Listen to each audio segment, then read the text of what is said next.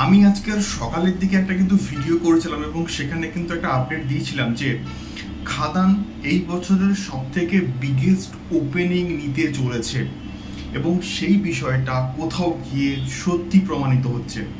Hello guys, আমি Deep and welcome back to my channel Deep exclusive. So এখন আমি এই ভিডিওর মধ্যে কথা বলবো এমন একটা বিষয়কে নিয়ে, যে বিষয়টা কে নিয়ে কথা বলতে আমি প্রচণ্ড কিন্তু এক্সাইটেড এবং হ্যাপি।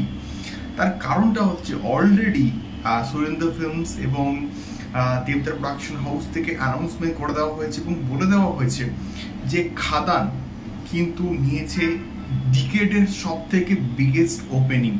তাহলে জাস্ট ভাবো কি গ্র্যান্ড ওপেনিংটা নিয়েছে দেবদার খাদান। তার কারণটা হচ্ছে আমরা যেরকম শো কাউন্টিং দেখতে পাচ্ছি, যেরকম ভাবে শো এর সংখ্যা বাড়ছে, যেরকম ভাবে শো হাউসফুল যাচ্ছে, জাস্ট অবিশ্বাস্য অবিশ্বাস্য লেভেলের কিন্তু শো হাউসফুল যাচ্ছে। এবং তার সঙ্গে সঙ্গে এখনো অবধি রাতের দিকে 8টা-9টা শো হাউসফুল যাচ্ছে। এবং আমরা দেখতে পাচ্ছি SBF উড স্কোয়ার মল, সেখানকার 9টা শো প্রায় হাউসফুল, সাউথ সিটির শোগুলো প্রায় হাউসফুল, লেক মলের শোগুলো হাউসফুল 8টা শো।